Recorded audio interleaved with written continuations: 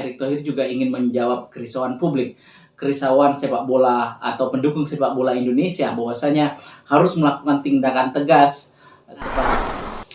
Memang sih posisi Sintayong dalam hal ini memang agak sedikit bisa dikatakan di ujung tanduk, harus dihentikan kontrak ini, meskipun itu beresiko buat Indonesia karena baik maupun secara untuk PB Bhinneka. Hati-hati di jalan, Pak, teruskan perjuangan. Kalau saya sendiri secara pribadi, Pak. Assalamualaikum warahmatullahi wabarakatuh. Apa kabar teman-teman? Jumpa lagi bersama Biodika Sport Channel di sini. Tentu bersama saya sendiri sebagai pemilik channel yang terbaik dari seluruh channel yang selalu memberitakan berita hoax, provokatif, dan rasis tentunya. Seperti biasanya kita akan mencoba untuk memperbincangkan baik buruknya sepak bola, sekaligus memperbincangkan tentang drama-drama yang terdapat di dalamnya begitu. Tujuannya tidak lain dan tidak bukan semata-mata hanya karena ingin memperkaya literasi tentang sepak bola dan sekaligus tentunya ingin memberikan edukasi kepada publik atau khalayak ramai di Indonesia. Karena kita tahu sejatinya sepak bola kita ini adalah sepak bola yang tentu memiliki potensi untuk menjadi olahraga yang besar di dunia tentunya teman-teman. Karena itu mari teman-teman yang memiliki channel yang sama atau para influencer atau mungkin juga teman-teman netizen, mari kita selalu memberikan hal-hal yang terbaik dari setiap kita berbincang di media sosial. Dan hari ini kita akan mencoba seperti biasanya memperbincangkan tentang timnas Indonesia, satu-satunya olahraga yang begitu sangat masih diminati hingga saat ini karena memang sepak bola kita memang sedang menuju ke hal-hal yang positif teman-teman ya. Nah, karena beberapa hari terakhir ini kita lagi heboh begitu terkait menjelang pertandingan kita melawan Jepang sebentar lagi tanggal 15, jadi sekarang sudah tanggal 1 ya 13 hari lagi teman-teman ya. Karena itu kita penting untuk sedikit ingin memberikan pandangan-pandangan kita begitu kan ya, terkait dengan apa yang diucapkan oleh Ketua Federasi kemarin Erick Thohir yang memberikan penegasan begitu tepatnya teman-teman kepada pelatih Sintayong bahwa Sintayong harus suka atau tidak suka harus menerima tantangan ini bahwa Indonesia harus berada di peringkat 4 atau masuk ke round berikutnya. Otomatis tentunya teman-temannya kalau kita berada di peringkat 3 atau di peringkat 4 tentu kita akan melaju ke round berikutnya. Sebuah keinginan yang tentu menurut saya ini sangat luar biasa sulitnya bagi seorang Sintayong tentu.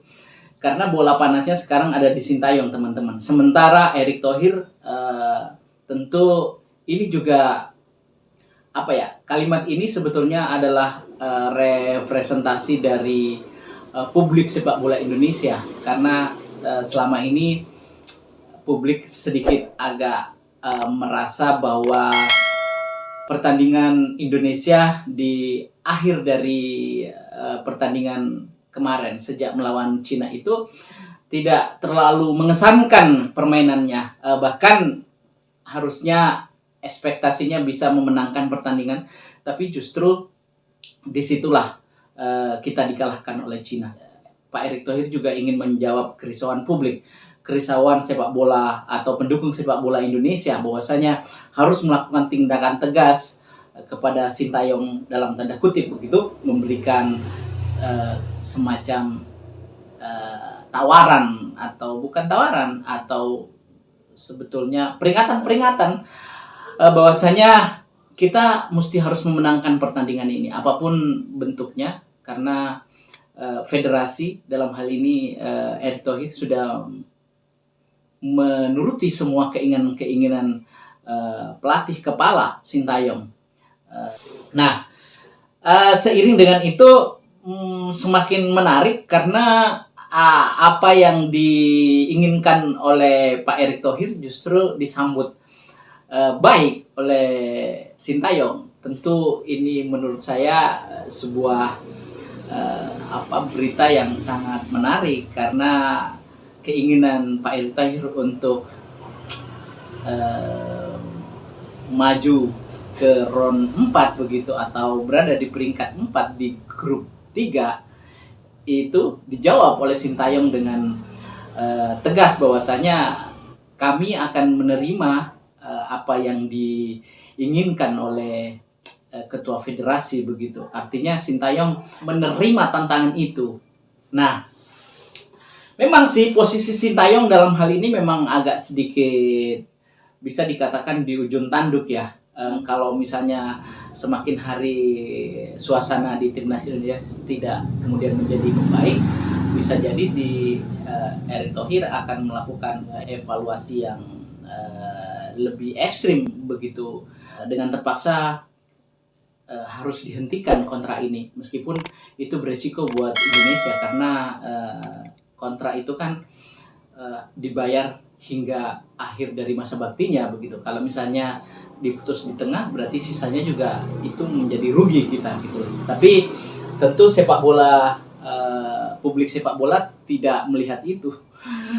Tidak berpikir tentang itu. Yang kita mau pikirkan bagaimana timnas Indonesia itu terus memiliki grafik yang baik, teman-teman. Itu yang diinginkan oleh sepak bola Indonesia, termasuk mungkin para netizen yang ada di seluruh Indonesia ini. Nah, Sintayong sebetulnya sudah cukup baik membawa Indonesia ini di dalam beberapa pertandingannya, termasuk di kualifikasi Piala Dunia ini, menahan Arab dan menahan Australia dan tentu bermain imbang dengan Bahrain. 3 pertandingan ini sebetulnya menurut saya Sintayong cukup bagus, teman-teman.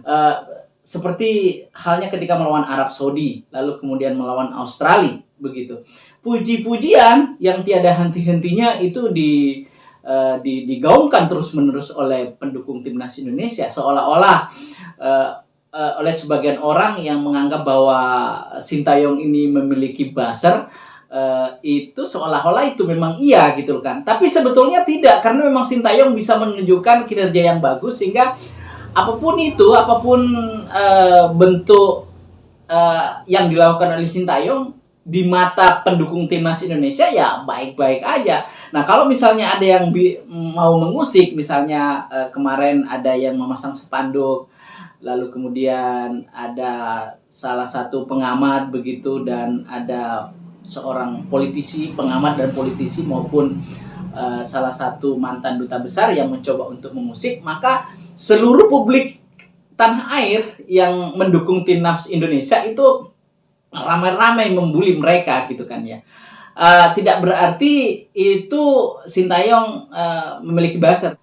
Gongnya tepatnya di pertandingan Cina, teman-teman. Nah, ini mungkin nasib yang tidak baik ya menimpa STY begitu, karena di saat kita kalah dari Cina, memang pada saat itu Sintayong juga banyak melakukan perubahan-perubahan. Tetapi publik menilainya itu adalah tindakan yang salah, teman-teman ya.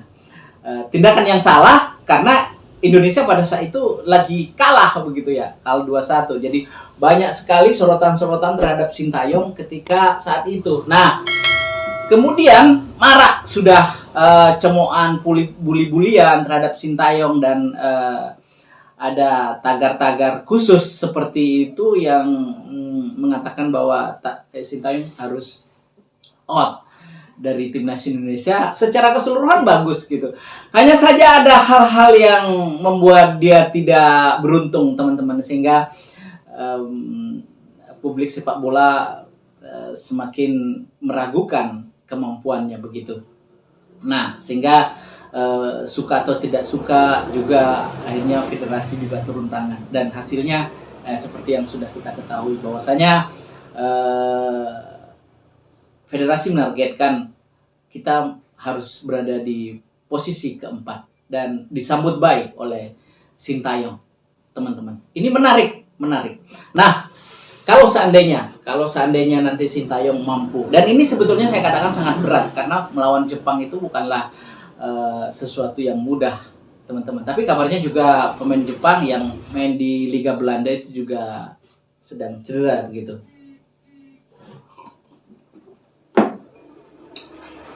Tentu sangat menarik target yang diberikan oleh PSSI. Yang menarik, teman-teman, patut mungkin kita berandai-andai ya begitu. Kalau seandainya nanti Sintayong berhasil memenangkan atau katakanlah menahan imbang Jepang, lalu kemudian bisa menang melawan Arab Saudi, tentu posisi Sintayong itu akan berbalik menjadi bak seorang pahlawan begitu. Tapi masalahnya begini, teman-teman. Kalau seandainya Sintayong betul-betul tidak mampu menahan imbang atau menang atau menahan imbang melawan Jepang, lalu kemudian katakanlah juga tidak bisa meraih poin melawan Arab Saudi, itu saya tidak tahu publik sepak bola Indonesia apa yang dia inginkan. Dan saya tahu juga para penonton channel ini pasti juga akan sangat marah melihat kinerja Sintayong yang tentu tidak bisa membawa timnas Indonesia melaju atau berkompetisi di level tertinggi sepak bola dunia, yakni Piala Dunia begitu, teman-teman ya. Nah, saya malah berpikir begini, akankah kemudian Sintayong akan diganti? Apakah betul-betul Pak Erick Thohir menepati? Karena begini, saya tahu bahwa sejak tanda tangan kontrak beberapa bulan yang lalu itu pasti ada perjanjian khusus. Apakah kesepakatan yang di dalam perjanjian itu salah satunya adalah membawa timnas Indonesia ke Piala Dunia. Kalau misalnya salah satu poin pentingnya itu adalah membawa Indonesia, maka selesai kiprah Sintayong di dunia sepak bola Indonesia. Tetapi kalau misalnya tidak ada itu dan perjanjiannya hanya sebatas satu, misalnya membawa Indonesia ke fase grup atau membawa Indonesia ke round 3 misalnya, atau mencoba untuk memperbaiki peringkat, maka saya pikir prestasi Sintayong sudah melewati itu. Kalau menurut saya sih, jujur ya, Sintayong masih layak untuk dipertahankan kalau menurut saya, teman-teman ya. Karena Sintayong itu memiliki ketegasan yang cukup, dia juga keras. Artinya bahwa kita sebagai orang Indonesia memang perlu memiliki pelatih atau mentor seperti itu, teman-teman ya. Karena kita ini kan boleh dikatakan mokong-mokong gitu kan ya. Orang Indonesia itu kan cenderungnya mokong gitu kan ya. Bahasa Jawanya kan seperti itu. Agak nakal dalam tanda kutip. Maka memang harus diperlukan ketegasan yang cukup untuk meluruskan yang belok-belok ini, teman-teman. Saya rasa hanya itu yang bisa saya bahas pada hari ini, teman-teman. Jika ada yang perlu kalian perbincangkan, silakan berikan komentar di bawahnya. Tentu terkait dengan layak atau tidaknya Sintayong ini masih menangani timnas Indonesia. Terima kasih. Assalamualaikum warahmatullahi wabarakatuh.